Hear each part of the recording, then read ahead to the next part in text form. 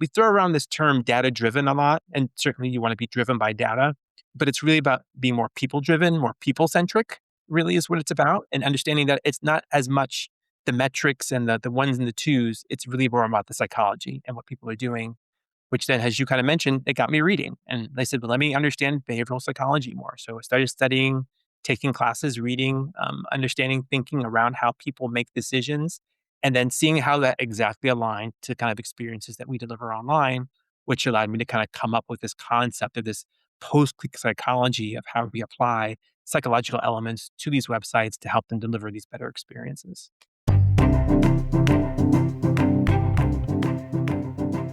You know that feeling when you poured your heart and budget into a brilliant brand storytelling campaign, watch the clicks roll in, and then nothing? The excitement fizzles, your prospects vanish, and you're left staring at your analytics wondering, what did I miss?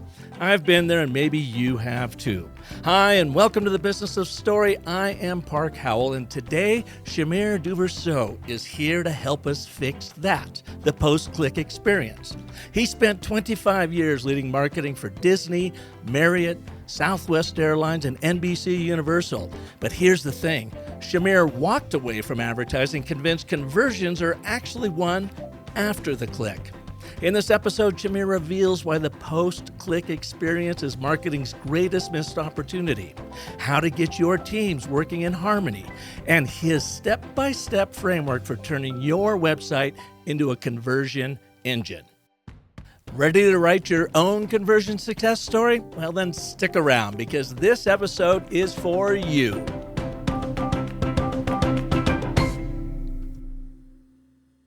Hello, Shamir, and welcome to the show. Thank you so much for having me, Park. I'm excited to be on the show. I've listened to it a couple of times now and really enjoyed what you're doing. So very happy to be here. Well, that's awesome. And we are going to cover something that we have not covered in 555 episodes, and that is this idea of the post-click problem. Now, this is the business of story, so we're always talking about story and story structure and how to bring narrative to your brand storytelling and that kind of thing. But really, the end game is to get people to not only click on your stories or click with your stories if they're in person, Yep. but what do you do after that click? That click isn't enough, is it? And it's how do you really convert that prospect? And I can tell you from our own experience launching the Story Cycle Genie, which is a SaaS platform that we launched 6 months ago, that we get a lot of attention for it. We get a lot of clicks on it, but we would love to have that post-click engagement even better than what we're currently experiencing. So today, thank you for coming on, and through your coaching of me, you'll be coaching all of our listeners. But first, Shamir, give us a little bit of your background, your backstory. How did you get into this world of the post-click guru that you are? Yeah, I think as probably with a lot of your listeners can sympathize with, you tend to learn how to help people solve a problem because you experienced the problem yourself. So in my world, my corporate world, I started out at a school doing actually product marketing for Southwest Airlines. And at the time, it was a time where the internet was really starting to take off. It was really starting to become a major channel for organizations. So eventually, because I was good with the tech stuff, so to speak, I kind of got moved onto doing more technical work. First, a little bit for Southwest with their vacation packages. Then I moved on to NBC Universal, was working with parks and resorts. And there I officially got put on what was then the interactive marketing team, just because, again, kind of good with the tech stuff. And it was there where I kind of got into the world that is all too familiar with marketers today, where you have this mix of marketing and product and IT that all have to dance this dance and really be in alignment to deliver a digital experience. And what I found was in the organizations I've worked in anyway, and many that I've heard about, marketing and IT just don't tend to get along very well for a number of reasons. You might even throw sales in there too. I've always really was surprised at the divide between marketing and sales and IT. Yes, absolutely. Absolutely. So I think what I started to had to figure out how to do was to get everyone kind of at the bargaining table and kind of figure out, okay, how can we start speaking the same language here and getting things to move along? Because the digital world had made things a lot more complicated than they had traditionally been from a marketing perspective. So as I kind of navigated that, I came to realize that this is a problem that a lot of people, a lot of marketers and organizations are having, or this lack of alignment. And I kind of said to myself, well, why is that the case? Like, why does this problem exist? And what I came to realize is marketing was so advertising heavy, so advertising focused, especially as we moved into digital. Google became big. What was Facebook, now Meta, became so big. These are just huge players in this space trying to get you to spend all this money on advertising. Well, people weren't taking consideration, well, what happens after someone clicks on the ad? What happens when they get to the site? Well, that's where it gets complicated. That's where it gets technical. That's where you have to deal with IT, and you have to deal with data, and you have to deal with product, and you have to deal with sales and all these other groups. So it became a lot easier to simply say, well, let me just get more money. And I'm going to throw more advertising at it, throw more people to the website, and eventually, ipso facto, more people are going to end up going through that funnel, and they're going to purchase and they're going to buy. Meanwhile, just tons of money is being wasted because of that small percentage of people that actually get sent to the site that actually end up taking the action you want them to take. So looking at that, dealing with that challenge, trying to navigate that river, so to speak, I started to figure it out from a corporate perspective. And then I thought to myself, how can I help other organizations, other marketers figure this out, navigate that, reduce their stress? Because a marketer always has to do more with less. How do I help them do that by becoming more collaborative, working better with IT to be able to deliver that experience that really is going to allow them to accomplish so much more in terms of meeting their goals? Okay, so let me unpack that just a little bit for my own feeble brain at the moment.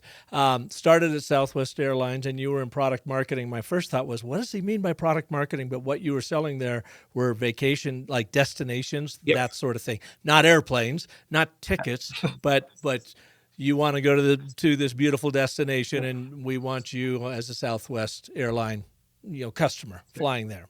So you've got the IT, and when you're talking about IT, is this your customer engagement platforms? How would you define or describe IT in that case, or characterize it? Yeah, I mean, IT is really any of the systems, right, that get used to actually deliver the services or products that you have in place, right? So it could be anything from a reservation system in the case of travel, the actual back end, the functional system of the website, the commerce engine that makes it go, the system that manages the content from a digital standpoint, right? So any of those technologies or systems that have to actually run to actually do the thing that a website or any kind of really digital experience has to be able to functionally do. And that is managed, right? Typically in some way, form, or fashion, it's managed by the IT department who actually host those systems, maintain them, make sure they're properly integrated, store that data, make sure it's private, right? All those fun technical aspects of it are all managed in some way, form, or fashion by some technical or IT group. And IT folks, understandably, are territorial. I mean, they're notoriously territorial about, hey, we've built all this IT, you don't really quite understand it. And I'll be the first one to raise my hand. I don't understand the IT all the time either. I'm definitely on the marketing side of life. But so you've got essentially this silo of IT that is doing their best to deliver the best customer experience they possibly can, while also delivering on the business model and the operations needs for the organization. So then you've got marketing. Now, were you in the marketing side of this? Is that where you were? And you were feeling then this disconnect with IT. You couldn't get them to do what you wanted them to do, or they didn't maybe understand the customer journey in the way you felt they needed to. Can you explain a little bit more, maybe even with Disney, what are like the traditional barriers between IT and marketing that you come across that you are now fixing? Yeah, absolutely. Yeah. So what you end up having is just this huge history of issues where marketing has historically, before I even showed up in the door, has gone to IT and said, hey, this is what we want to do. This is what we want to build. We want to build this tool and this function that allows people to do X, Y, Z. I'll give you an example. My time at Marriott. So at the time at Marriott, working with their vacation club division, which is their timeshare group, right? So for anyone who's familiar with timeshare, you know that a big part of that world is what we call preview packages. So it's these very low cost packages. You go stay at a nice resort, 2 bedrooms, 2 bathrooms, nice resort for a very, very, very low price. And all you have to do to get this low price is you have to actually just go through a tour. They're going to give you a tour of the place. You sit through a spiel for 2 hours, however long it is. And as long as you're willing to do that, you get this discounted low price. And of course, during that spiel, they're trying to actually sell you timeshare. They're saying, hey, buy a week here, buy points here, whatever the case is. So the premise of this project was, hey, how do we get people to buy these packages online? Traditionally, it's been a call center or maybe like a little kiosk at the mall, right? Back in the day, right? But there had never been at the time anyway, an opportunity for people to actually just go online and just purchase one of these timeshare packages. So marketing went to IT and said, hey, we want people to buy these packages. This is what we want. Here you go. Well, marketing thinks in marketing speak and marketing talk. They're not thinking about technicalities. They're not thinking about how exactly does this need to function, how does it need to look, how does it need to flow. None of those things are coming into mind. IT comes in, they fill in the gaps, and they say, hey, here you go. Here's what you wanted. Marketing says, nope, that's not exactly that's not at all what we wanted. We didn't want that. Like, this is nothing like what we want. You need to fix this, and this. All right, great. IT goes back. They go back and make all these changes. All right, here you go. Nope, that's still not right. And this dance happens back and forth. Meanwhile, literally hundreds of thousands of dollars are being spent only in the end for this thing this, whatever you want to call it, that got built to be just put on the shelf and be like, all right, we're just abandoning that. We're moving on to something else. And that dance that I saw happen at Marriott, I had seen happen in other places as well, to various degrees. I've heard about it from colleagues happening in their organizations. And what you come to realize is this is an issue of a lack of the ability to communicate with each other. It's like one group is speaking French and the other group is speaking Chinese, and there's no translator. So they're just trying to maybe pick up one word or two and trying to then fill in the gaps of the rest and thinking, I think I know what you're saying. Maybe there's some signs going on there, right? Some scribbling on a piece of paper. And so this lack of collaboration and communication and ability to kind of understand, okay, this is how marketing needs to talk to IT. This is how IT needs to understand marketing's perspective. That oversimplified kind of lack of back and forth communication ends up causing these issues, these overruns, and these histories. And of course, in any organization, once you have kind of a history of how things work with a particular department, things get stigmatized. Mm-hmm. It just becomes this thing that kind of just now feeds itself. So in my experience in coming in there and being able to say, okay, well, I understand a little bit better what the technicalities are here. I speak a little bit of your language. Let me try to communicate. And think about it. Whenever you go somewhere, you're out of the country and someone speaks just a little bit of English, you're like, oh, this is great. They speak some English. Like, it doesn't have to be perfect English. It doesn't have to be, college level English. It's just like, I speak these wonderful. There's someone I can communicate with, right? The same thing happens when you talk about different departments in an organization. The ability to understand and speak a little bit of their language, to understand their world a little bit, just goes a huge way. And now all of a sudden we can make this translation from this is what you want to this is what we're able to deliver. We're able now to say, hey, can you help us solve this problem? And say, well, if you really want to do 1, 2, and 3, how about you do it like this with doing A, B, and C? Yes, that makes perfect sense. And then that communication leads to collaboration, and that collaboration leads to solutions. And once we kind of unpack that, and the teams I've worked with were able to kind of solve that problem, we saw, well, this is a problem that exists and can help to be solved across all kinds of organizations. And that kind of brings us back to that, what we talked about, right? The idea that where does this problem typically exist? It exists in the post-click experience. It exists in this space where things get so complicated, where often people get intimidated and therefore they kind of back away from it because there's this need of communication that just the skills aren't there, the background isn't there to be able to make it happen. Mm-hmm. So you're talking about this Bermuda Triangle, as you characterized it in the notes you sent me, of product, marketing, and IT. And they all have to work together to be successful, but in most cases they don't.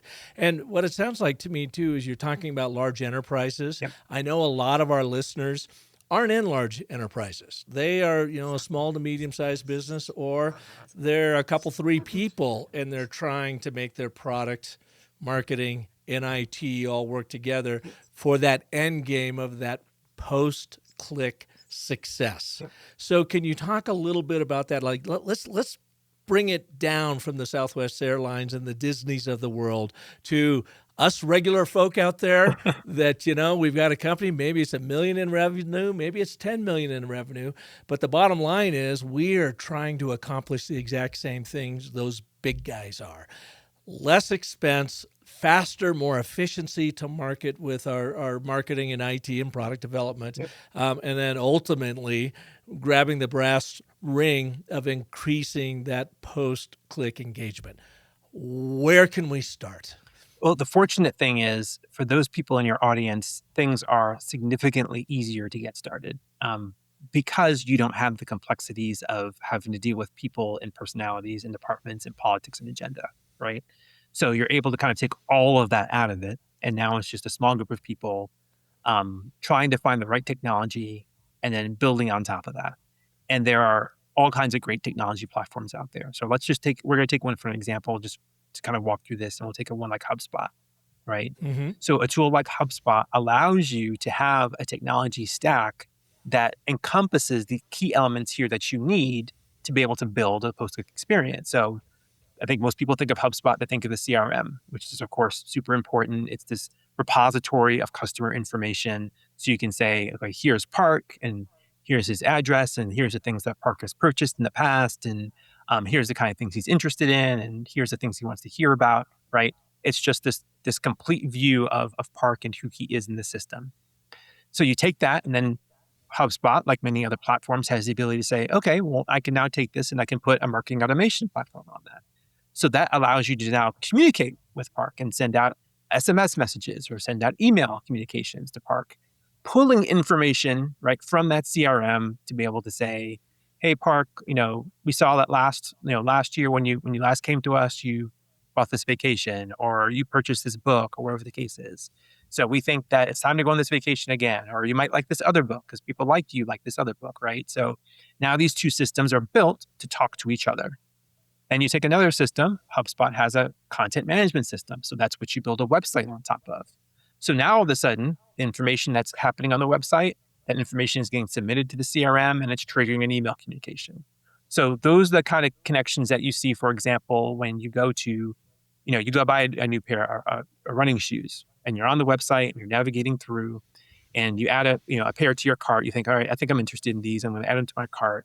But then you get distracted, I don't know, a mosquito comes by or, Mm-hmm. your kid comes and says something, whatever the case is. And you're like, okay, I don't have time to do this now. I'll check this out later. And then 2 hours later, you get an email that says, hey, I saw you left this pair of sneakers in your cart. Would you like to come back and get it? Maybe it's, would you like 10% off if you come back and get it now, right? We call those cart abandon emails. So that is the technology designed to work together because I saw you on the website. And the website is talking to the CRM and says, okay, I know who this person is. It's Park, and here's his email address. And now we're going to trigger this email because he left the website and didn't do what we wanted to do. And now we're going to trigger this communication. So really, it's about finding the right technology that you can use that has these key components that you can put together to be able to move forward. Now, there's a couple of different ways to do that. You can use different technologies. You could use one technology for your website and one technology for your email, and one technology for your point of sale and one technology for your CRM, right? You could do that and just get them to talk to each other, which is entirely possible. But again, especially if you're smaller, there's probably not a real big need to do that when you can use a technology, again, just for the sake of example, like a HubSpot that has the components to do all those things already integrated out of the box, so to speak, which makes it a lot easier for you to get started and then start to build that foundation. So now all of a sudden it's almost, especially for a smaller player, it's almost a post-click experience in a box. And it will integrate directly with your click experience of your advertising, because tools like that will also help you manage your advertising. So now you can measure, I ran this ad on Meta, they came to the website, this is where they went in the website, they filled out this form, they made this purchase, I sent them this email communication. And then on the back end, you get all the reporting to say, great, this is how much happened for Meta, blah, blah, blah, blah, blah, right? So you're able to kind of put all those elements together from a technology standpoint. Mm-hmm. So I've talked to a lot of people, and I've experienced it myself too, is they look at HubSpot and or like Salesforce or whatever, and they're going, oh my God, they're so big, they're so complicated, they're so expensive, I don't even know where to start. And so end up cobbling together different things, Yeah. and taking it bite by bite, to get something to really work, regardless of you're using the all-in-one platforms or you're cobbling it together. Let's jump over to that post-click interaction and conversion. What are some of the secrets that that we all need to really pay attention to? Like, again, for instance, we have the Story Cycle Genie. We are not on HubSpot or Salesforce. Mm-hmm.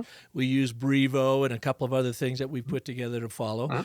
We've got a free offering out there that you can go and get your free, the strength of your brand story graded for free. Yep. It gives you an A+ to an F- and a 14-point brand story assessment. And that's our lead generation to get in and say, hey, now you want to fix it. And we've showed you, we validated what you're doing well. We've highlighted gaps in that you could easily fix. And we've even inspired you with some ways to think about your brand story. The next click, of course, would be, I want to try this. Let me give it a go. And it's a worry-free try, because if people aren't 100% enthralled with what the genie produces for them in their first month, we will refund 100% of their money. Mm-hmm. But it's hard to get them to make that click. Yep. Why? It seems like a no-brainer to me. From your experience, why is it hard to get them to make that next click? It comes down to psychology.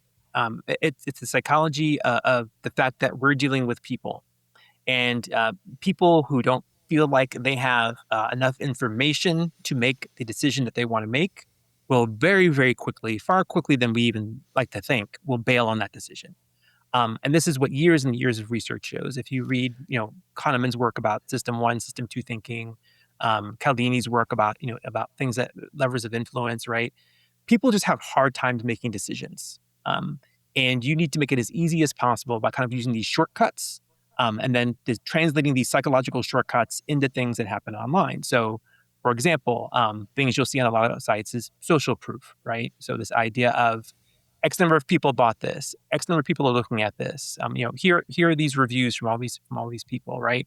That's all social proof. And what that does psychologically for someone is it says to them, okay, these other people are making this decision. This is what they've chosen to do. Therefore, it validates me. It gives me the okay to be able to do it too, right? It's the same reason why people tend to follow the crowd. If everyone else is doing it, there must be something right about that. So I'd rather just follow them. Even if other things with me are telling me to go the other way, it's easier to follow them because I feel more certainty in that than dealing with my own issues and my own uncertainty in making that decision. So, okay, so two things right there I want to cover real quick. Yeah, please. So you said, and I agree wholeheartedly, I read Kahneman's book. And Cialdini, it's funny you were talking about the timeshare presentation. Well, I read Cialdini's book, Influence, way back in the day, 20 years ago. And my wife and I were going to Hawaii to meet up with my parents, who would go there every year. And I thought, this might be the last time, and it was the last time they went. So we went and spent a week with them.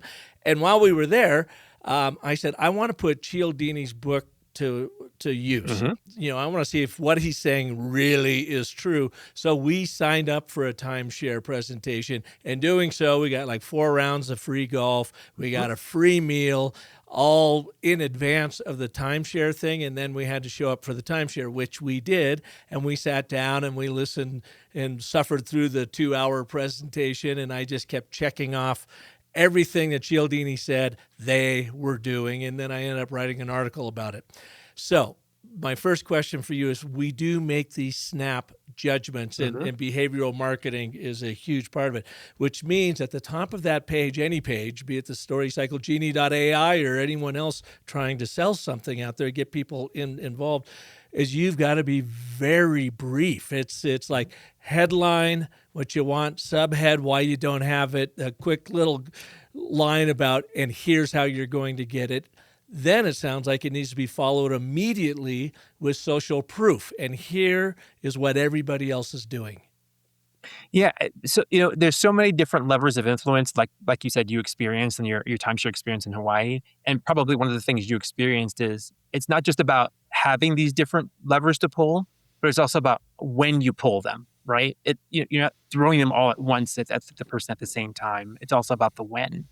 So there's also this idea of this hierarchy of kind of how you need to think about how people kind of shop.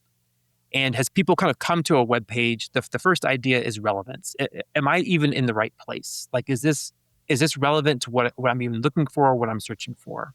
And there's this idea of trust. Okay, is this even trustworthy? And we've all done it. You've been at a place where maybe you're shopping online, you reach a website, and maybe it has the product you want, but like the website feels a little shady.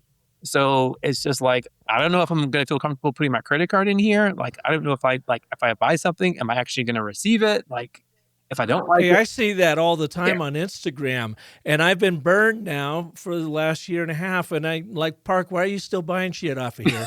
Because when I get it, it is a lot of times shit. It looks Mhm, great mhm. on there, and they got everything you're talking about. But I've lost all trust in buying anything off Instagram. Maybe there's a lot of people like you nodding their head right now, saying, "Duh, Park, what do you think of it?" Okay? So you got relevance, you got Yeah, trust. you got relevance, you got trust, and you've got orientation, you've got stimulation. So you've got these steps that you kind of have to go through in order to help people kind of walk through it. So you think about Maslow's hierarchy of needs. This is a hierarchy of conversion, right? So a man named Moores did a lot of work on this principle. So what you're trying to do is you're trying to use these behavioral levers of influence to help move people through these steps. And that's something we kind of worked with and been coming up with. We call it a post-click psychology. It's how do you use these different I'm levers? sorry, how did you say it? Oh, the post-click Yeah, psychology. Gotcha. Sorry. exactly. No, no Mhm. worries. So you kind of use these different levers to move people through those different steps of the hierarchy and get them all the way to the point of confirmation. Get them to the point where it's like, hey, I've done this. I feel good that I've done this. I've made this decision, right? So um, having those appropriate levers used in the proper time at the proper way as people come in, that's important. So something as simple as when you run an ad and whatever image you have on the ad, use that image on the page where people land on. Use the exact same image because it makes a mental connection that this is relevant to me. Oh, okay, this image that I saw on the ad that I made a choice to click on, seeing it again says, okay, this is relevant. This is what I'm talking about. Is it a clean, professional design? I trust it. Am I in the right place? Yep. This copy, this headline I'm seeing, that's the same headline I saw in the ad. It matches the exact same product image. Okay, great. I'm more oriented to what's happening, right? So you're kind of walking people through this to make them feel very comfortable that they're making the right decision because, again, people hate uncertainty. So you're constantly just reinforcing, giving them certainty that they're in the right place, and then continuing to add that all the way through the process, through their experience until they buy. So we have, for instance, on our site, we have the social proof Mhm. of these, very prominent marketers saying, "Yeah, I love the Story Cycle Genie. It did this for me." But maybe it's buried too deep. Maybe it's something that needs to get moved up. And when you gave me your hierarchy, relevance, trust, orientation, stimulation, is that when you are looking at any one site, or you're consulting with someone, are those the four priorities in that order that you look for? Is there any more to it than that? There is. There's relevance, trust, orientation, stimulation. And now, of course, you're quizzing me, so I'm going to draw a blank on what the other ones are.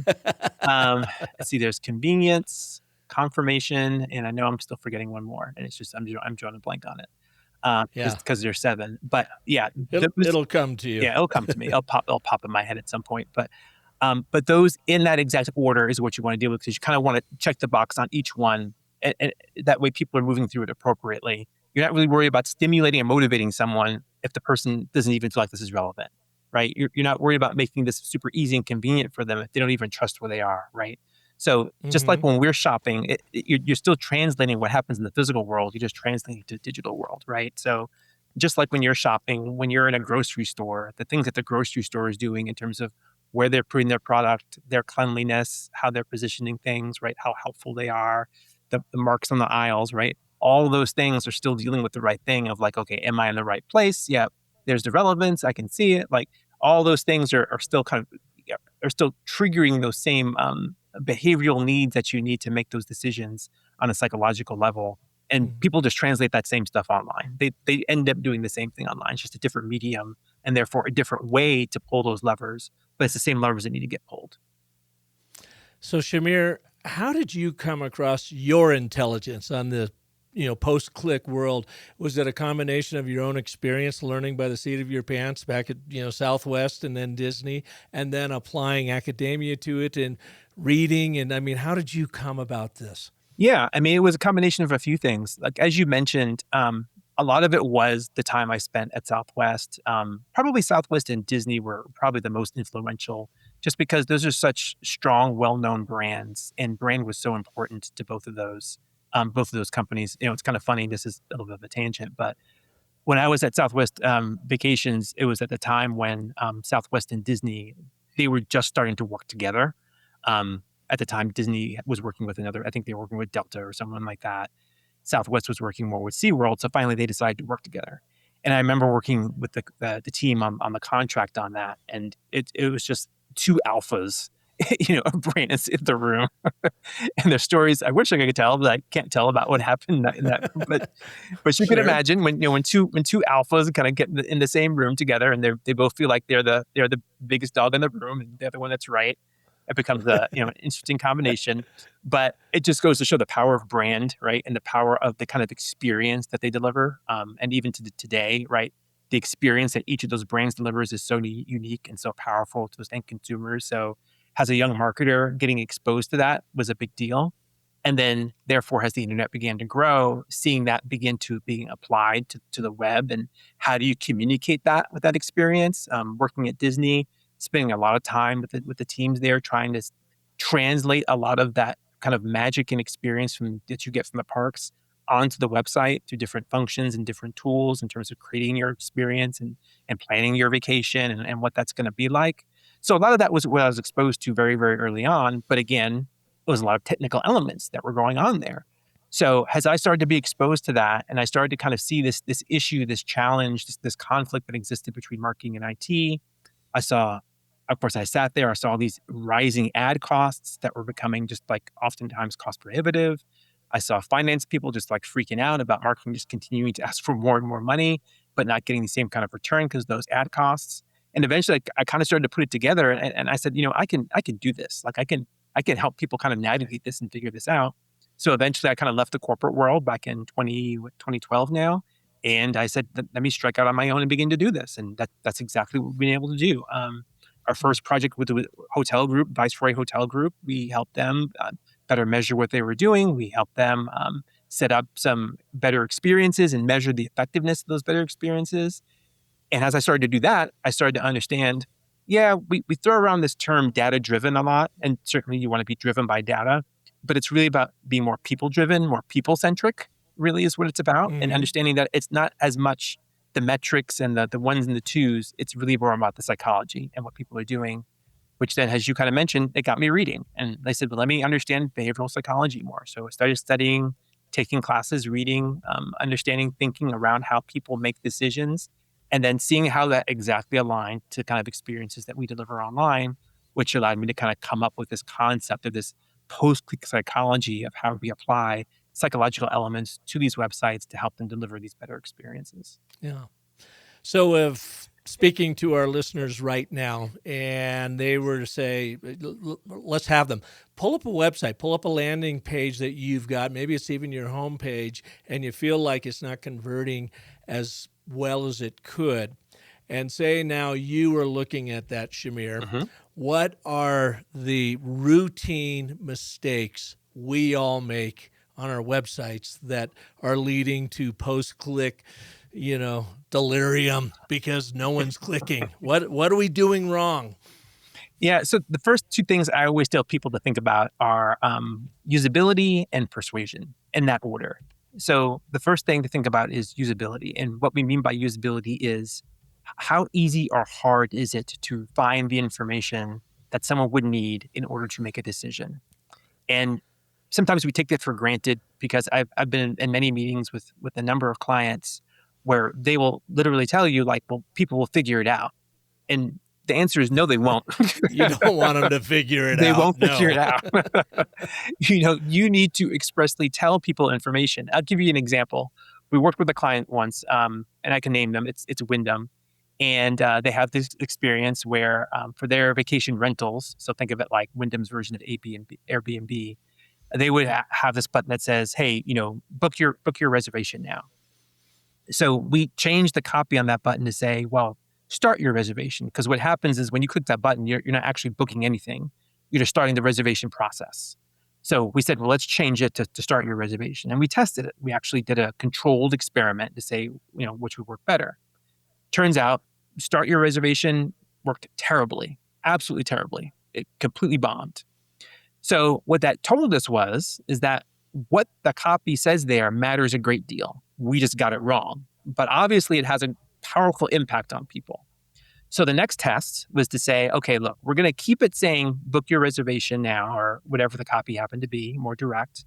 But we're going to add some copy right under the button that just says your credit card won't be charged. Now, it's interesting because obviously the person's credit card wasn't going to be charged. They hadn't put in their credit card information yet. They hadn't even been asked for their credit card information yet. Yet we found, again, in a controlled experiment, that greatly improved conversion overall. Just simply adding that copy about something that to us seemed very obvious, and yet counterintuitively, that made people more comfortable to click and book and continue on to the process. Okay, so let me stop you right Yeah. there. That's fascinating. That's sort of trial and error. You guys made some assumptions, and from your past experience, let's do this. We think it's going to work. It bombed. You're like, okay, let's learn from that. Yep. So, for instance, like on our site, the very first button you see right up top is get your free brand assessment. And while we get a number of people clicking on it, we feel like it's not as much as we should. I'm just kind of curious now if we just put a little bit of copy down below that says your credit card will not be charged, because we don't ask them for a credit card at that point at all. Yep. And maybe that I might have to borrow that from you. Thank you. In your case, I might put like no credit card required. Because a lot of times in the B2B world, when you sign up for a free trial of something or to ask for something for free, a lot of times they ask you for your credit card so that at the end of the 7 days or the 30 days or whatever, they'll immediately charge you and say, all right, we're starting your membership. Your trial is over. Yeah, I know. And I hate that. Yep. I will not do that because then I will lose that subscription somewhere in my mayhem of subscriptions. The next thing I know, I'm getting dinged for another $13.99 a month for something. Exactly. So, Exactly. So letting totally people with know you. up front, no credit card required, that can relieve them of that uncertainty that they might have, right? It's building trust, right, in the process and saying, okay, I have a reason now to move forward. Yeah. So thank you for that. Now, and I interrupted you. No. I think you were still on a roll. You were talking about usability and being super clear. You did the Wyndham test with that.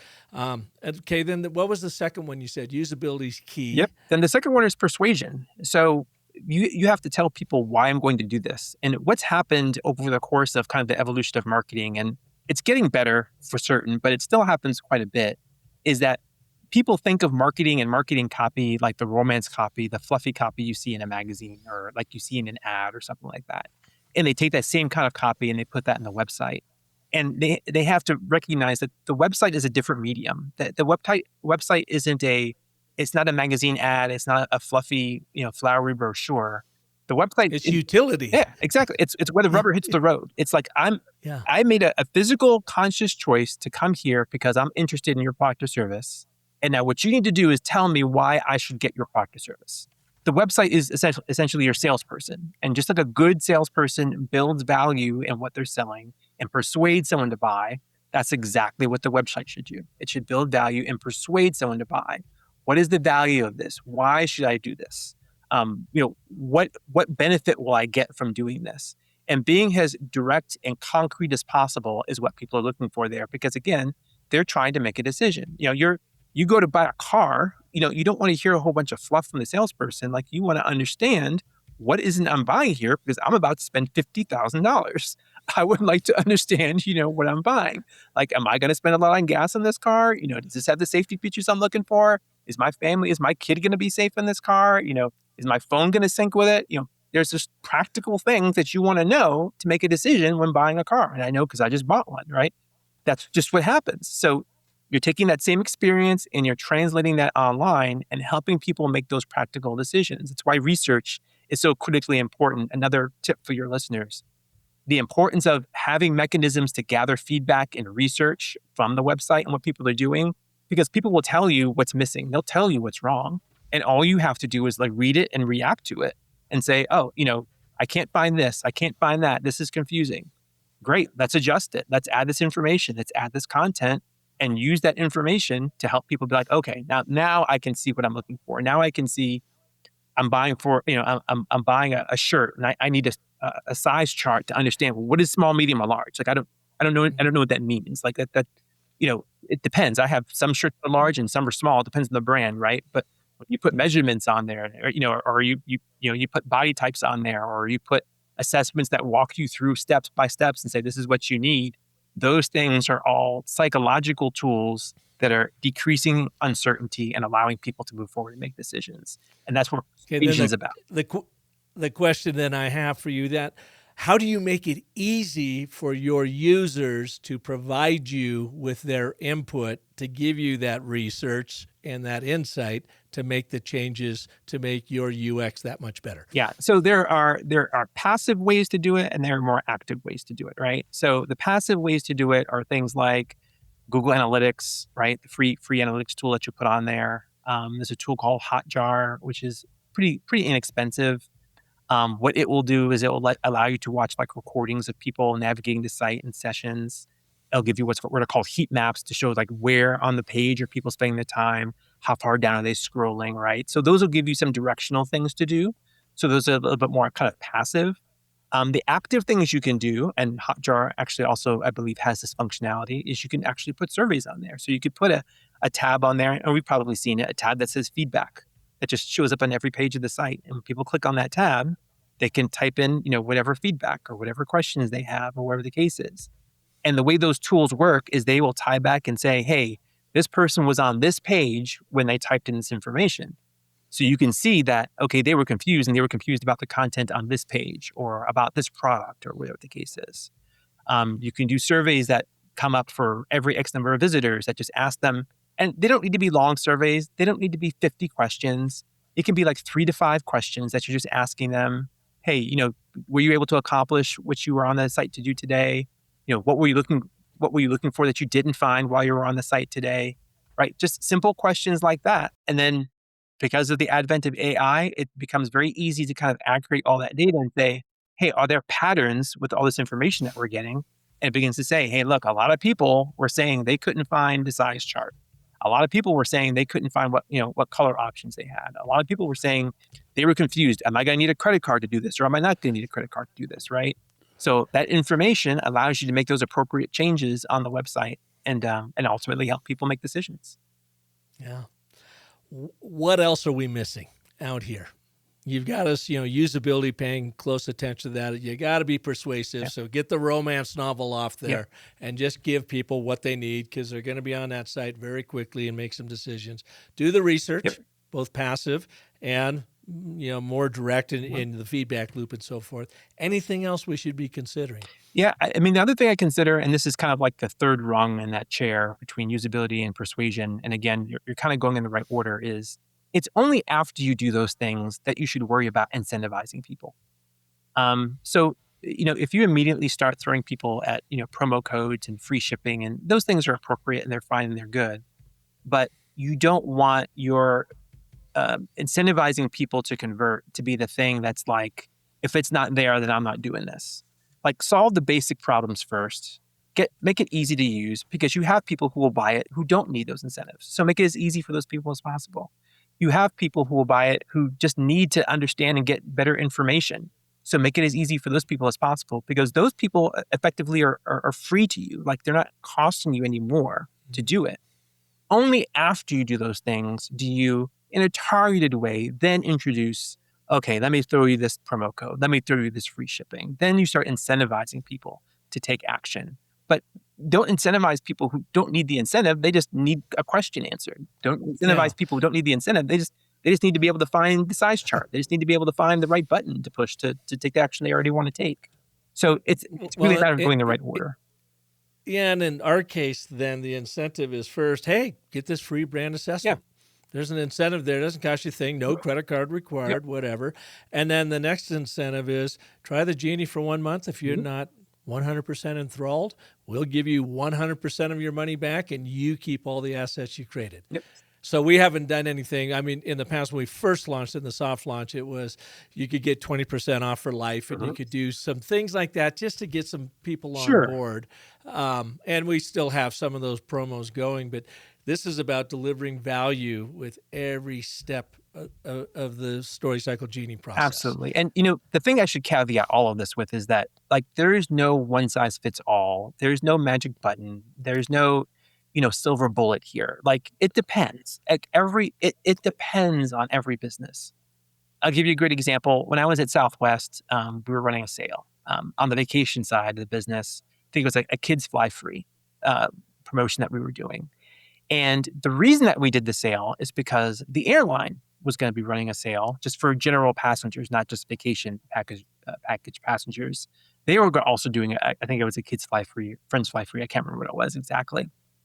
So we decided, look, we need to run this sale because if we don't run the sale, effectively our product is going to lose market share to the airline. Like, people aren't going to think they need to get packaged. They're just going to book the ticket directly and then book the other pieces separately, and they're not going to take a package. So we had to run it.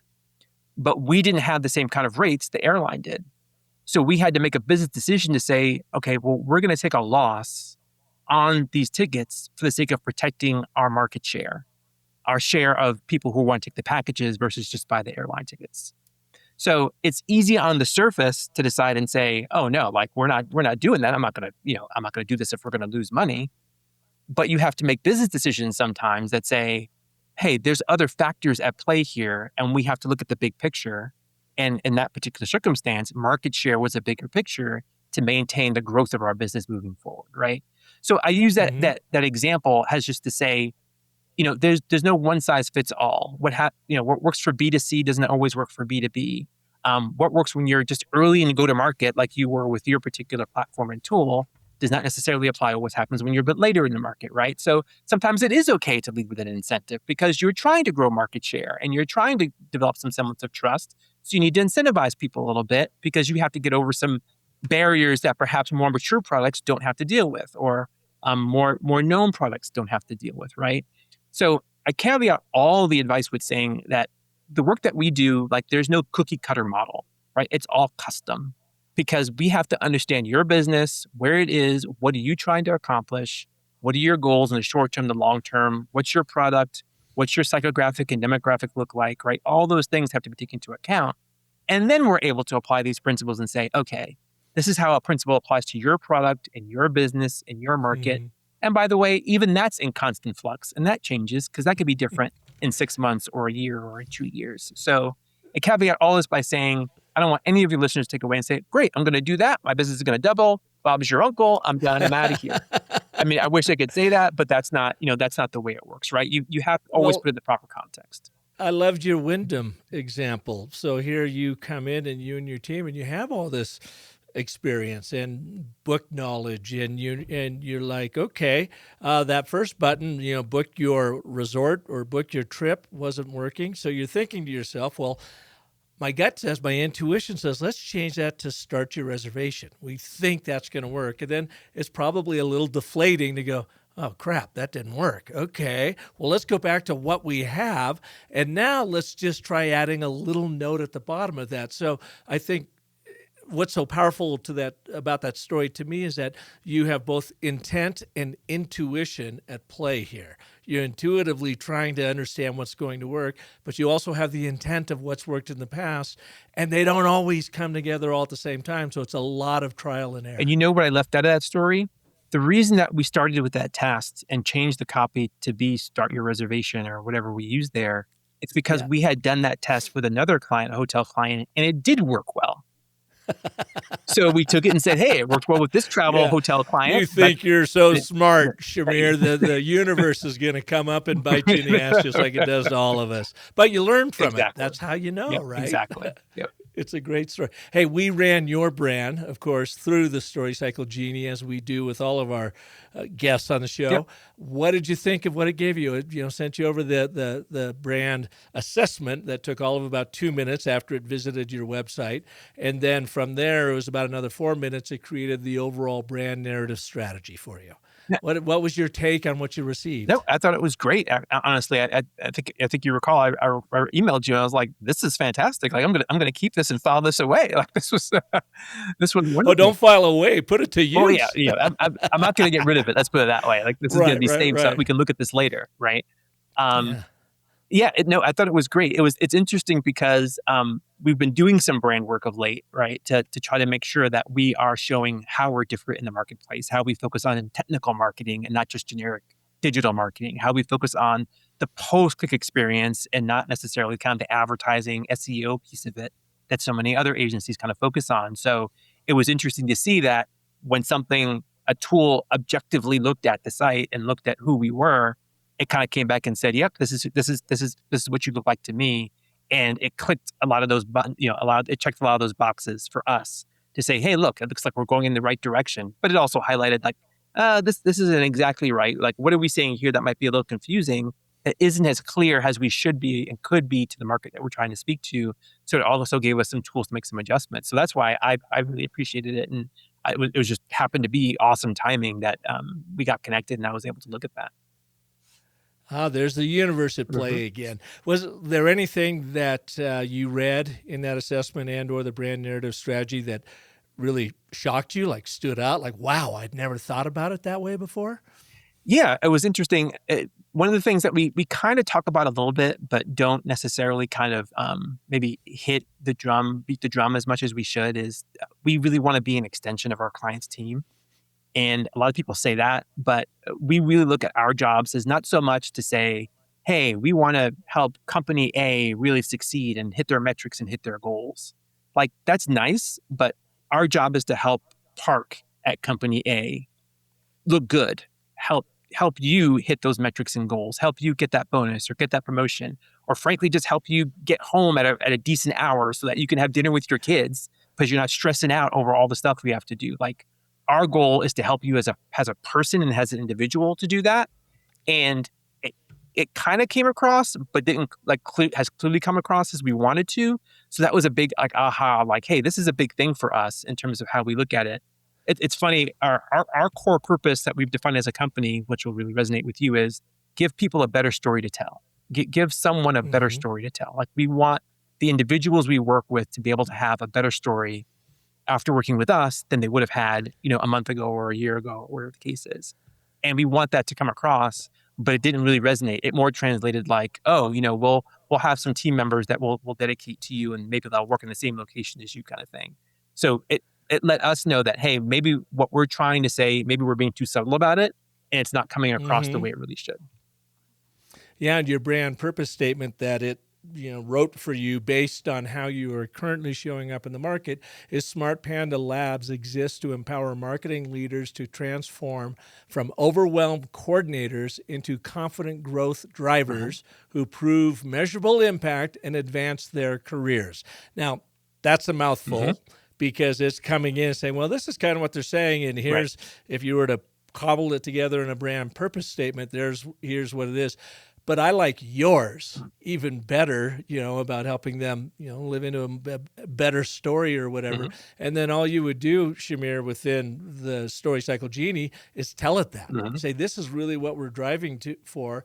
And you might then take more, leverage more of the emotional triggers that it called out with your different Hmm. audiences, because that's really what you're speaking is you're not trying to make an organization better. I mean, that's the outcome, but you're trying to make the individual in that organization get a better night's sleep. So like number one audience is enterprise marketing directors, and it said their challenges are coordinating complex technical implementations across siloed departments while maintaining campaign momentum and improving ROI to executive leadership.